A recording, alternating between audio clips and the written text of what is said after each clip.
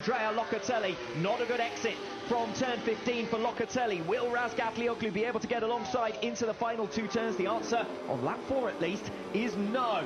Razgatlıoğlu then might carry the momentum onto the start-finish straight. The start of lap 5, Bautista already making his way towards the line now, and the others will cross some 1.4 seconds behind. Locatelli, Razgatlıoğlu, Ray, Rinaldi 6/10 back now, so he's starting to drop off on lap 5 now, and still no way through for Razgatlıoğlu. 10ths back from those podium places, Locatelli and Razgatlıoğlu, so if and when he gets clear of Jonathan Ray, we know or we suspect that he can get straight back down into those 1-minute 50s and start to think about closing down Locatelli and Razgatlıoğlu, particularly in the second half of the race. But he's that much closer to the front this time around than even he was at this stage of race 1 yesterday afternoon. So Rinaldi in really good shape here to at least consider second place, I would suggest. Second is the target, and right now if you were putting your money down, you probably think he's the guy that's going to have that chance to do it. Race 2 of the 2023 Tissot Aragon round gets underway. Really fast start from Andrea Locatelli from the second row.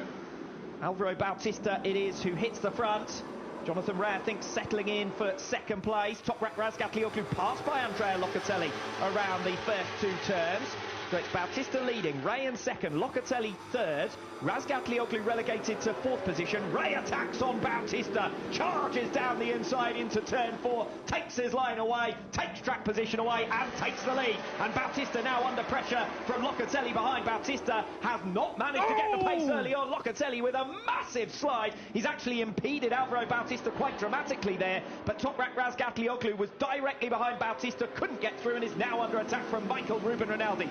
Dramatic opening lap here in MotorLand Aragon. Yeah, super stuff from Locatelli, and able to keep it pinned and keep that momentum to stay in front of Bautista. Great opening lap in the second row with the grid from him. Jonathan Ray, as we've seen so many times this season, when the grip's there, he's still strong in that Kawasaki. It's as it fades, that's when his problems arise. Axel Bassani charging through on this opening lap. We saw him thunder down the inside through turns 8 and 9 to pick off the Honda of Iker. He is now trying to close down the man directly in front of him, Xavi Vierke. Where is Michael van der Mark? He's dropped a couple of places back to P9. So van der Mark had actually made a good initial jump from 14th on the grid. Still inside the top 10 positions as we come onto the back straight for the first time. Lap 1, this is where Bautista can unleash his potential, try and close down Andrea Locatelli, who's been the big mover or inside those front two rows of the grid thus far. Yeah, from the second row of the grid, Locatelli did a really good job in the first half of a lap. When an opportunity presented itself, he came through, and that's what you need to do if you're that number 2 for a team. But Locatelli, he views that he's got a chance in this one.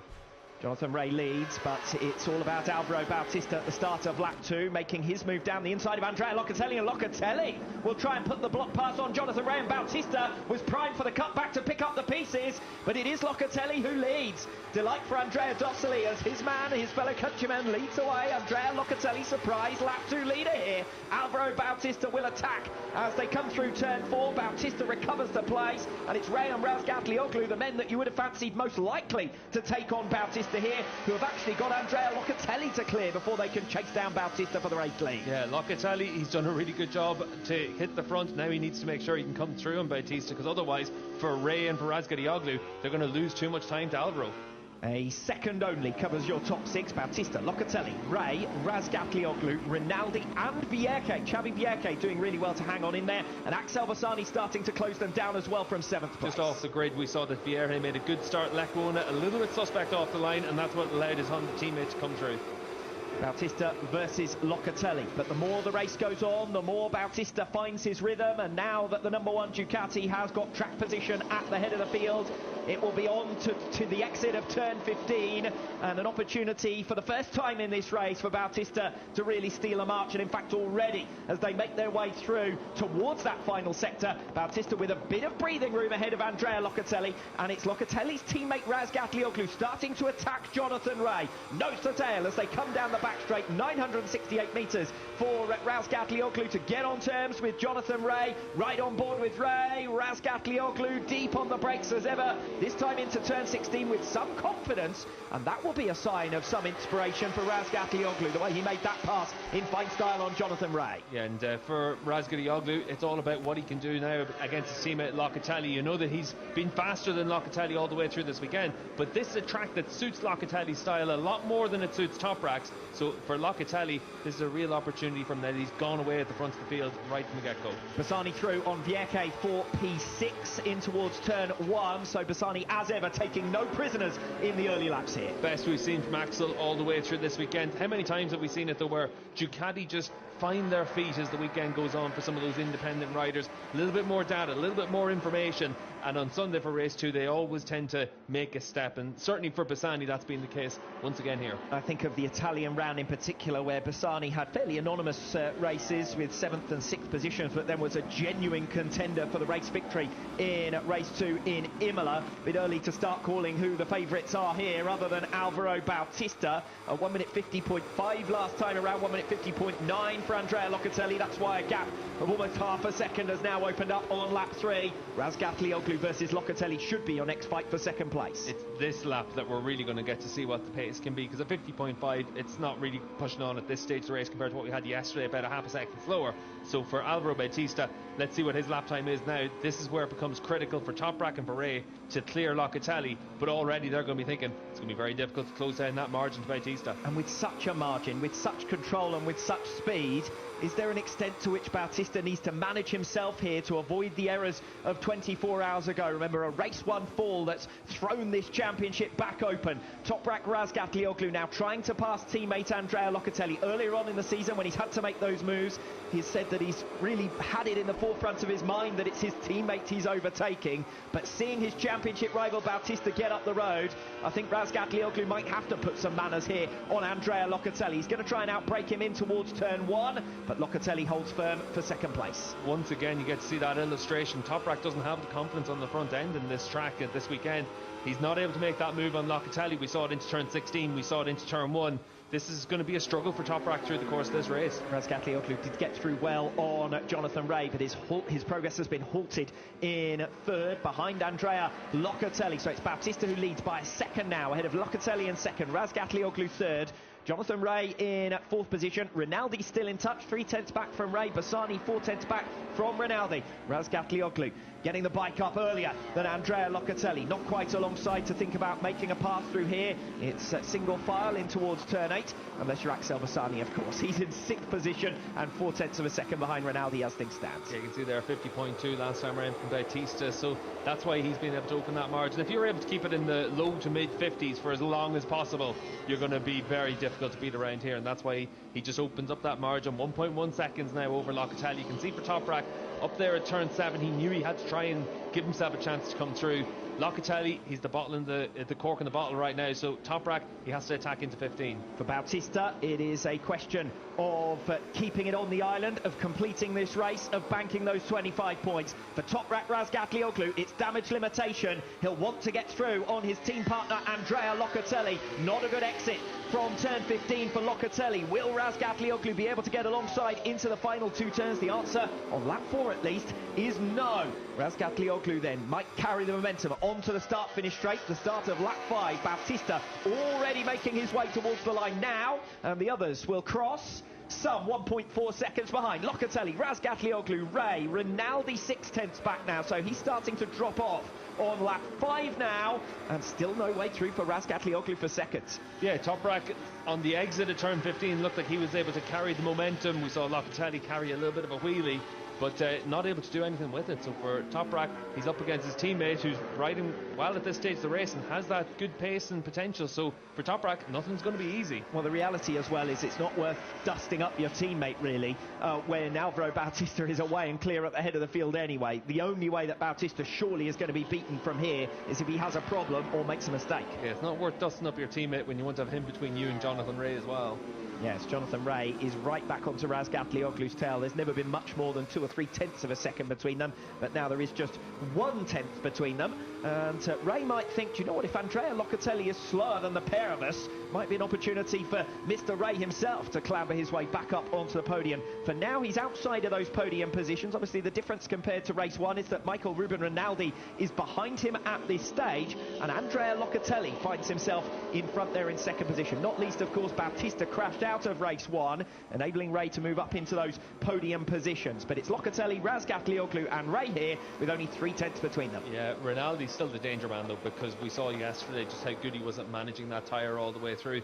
He's not got himself onto that rear wheel of Jonathan Rea just yet, but you'd imagine if in 4 or 5 laps time he's still that same distance behind. That's whenever he'd start to get worried that he's not giving himself the chance to be able to attack. A little bit of lift for Toprak Razgatlıoğlu this time as he made his way onto the back straight, but Locatelli holding firm, and it is Andrea Locatelli who still leads the way in that second position. Bautista up and clear at the head of the field. So it's now a race for second place. Locatelli, Razgatlıoğlu, Rea, Rinaldi are your contenders. Bassani realistically just got to try and dig in and hold on to 6th place. We do tend to see he's a master of the first 5 laps of these feature-length races, but later on his pace starts to drop off. At the moment he's running the same kind of pace as the likes of Vierke, Lecuona and Van der Mark behind him. So the top 5 splintering clear. Jonathan Rea meanwhile has dropped back from Locatelli and Razgatlıoğlu at the start of lap 6. Yeah, it's quite similar to yesterday in terms of how the pace is progressing for these riders. What's interesting is Petrucci from the back of the field matching the pace of 2nd, 3rd, 4th and 5th position, but he's just out of position on track, so he's got too much ground to make up. He's got about 5 seconds behind these riders, so coming through from the back of the field, the top 5, top 6 probably the realistic target for him once again. Yeah, the challenge is to try and be top independent, to try and beat Bassani and peg back some points. Thinking about that battle in 5th and 6th positions at the moment, Petrucci is at 7th and 6 points behind Michael Ruben Rinaldi, and set to lose more with Rinaldi sitting in P5, but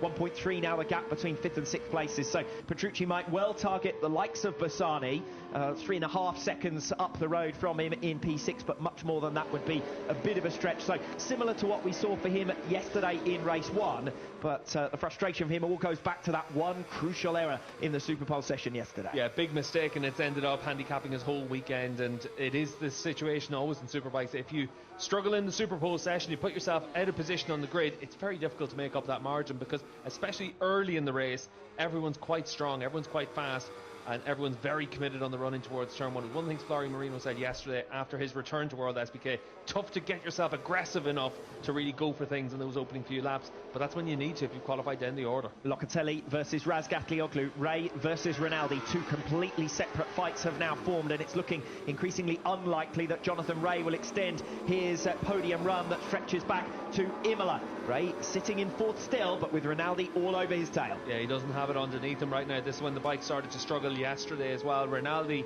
you'd imagine, will come through pretty soon, and for Michael Ruben Rinaldi on the 21 that we look back towards, he's certainly got his chances of picking up a 2nd place finish in this race.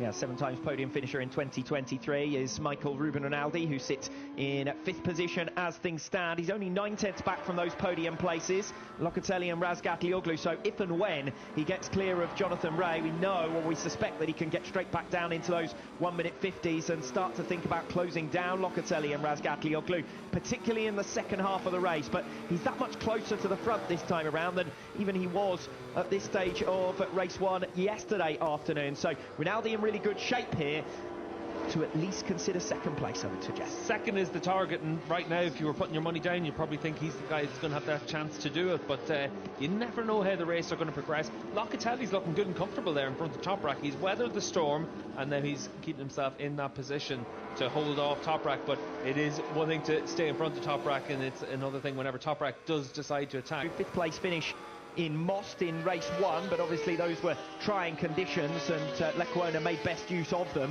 If you could get through on Bassani for a 5th place here, that would be really some achievement. Yeah, and for Lecuona it really would be a case of being able to use this weekend to build on for the rest of the season. Portimao and Jerez for Honda, it gives them something as well to show the progress that they've made with the changes to the bike. They've said that this weekend is just about the track suiting the bike a bit better. Now they'll need to prove that when they go to Portimao if they're able to bring some momentum. Race between the 2 top BMWs here. Michael van der Mark in 10th position and Garrett Gerloff in 11th.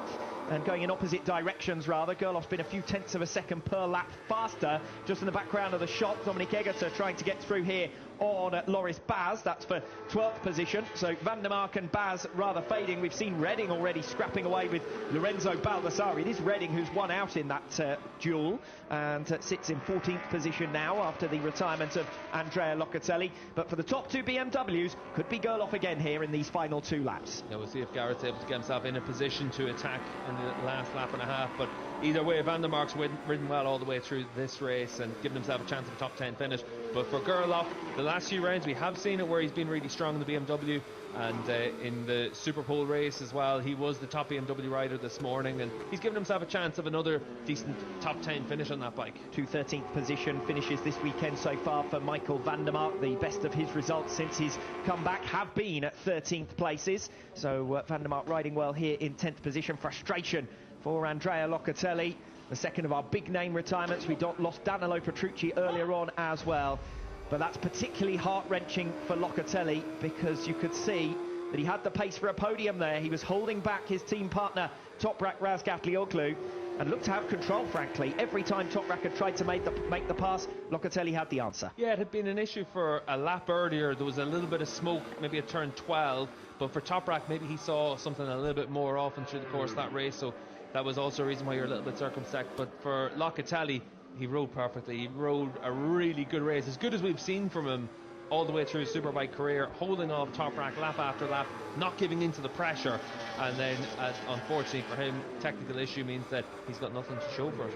Quick word on the resolution of that scrap, just flashing past our commentary position now in towards turn number 1. I can tell you that Garrett Gerloff is ahead of Michael van der Mark for 10th position. So Gerloff up into 10th place, van der Mark drops to 11th, and that looks like being the way things stay in the fringes of the top 10. Yeah, Gerloff into the top 10. Also, Florio Marino's just jumped ahead of Baldassari into the points as well, so into the 15th position. So some reward for his efforts substituting for Alex Lowe's this weekend. As we recover Alvaro Bautista, relentless pace in those first 8 laps just to break away from the field, and he's now managing his pace, riding in the low 1 minute 52s, as are the men directly behind him. No further change available. Rinaldi's now 2.5 seconds back from Razgatlıoğlu, so Bautista will only gain 5 points on his nearest championship rival this afternoon. Yeah, and for Toprak, at least over the course of the weekend, he's been able to claw back points on Bautista, gives himself something that himself and Yamaha are going to be able to hang their hat on, that this weekend, such a tough weekend for them, they've been able to come away with 3 podiums. This didn't look likely on Friday, so Yamaha worked well all the way through this weekend to give themselves this opportunity. Bautista 4 seconds up on Razgatlıoğlu, Rinaldi. They're all within a straight of one another, but that's about as close as anyone has been to Alvaro Bautista this afternoon. It's been a supreme performance from him. Great job on the last lap in the Super Pole race. Great job throughout in race 2 this afternoon. A 5th Sunday double of the 2023.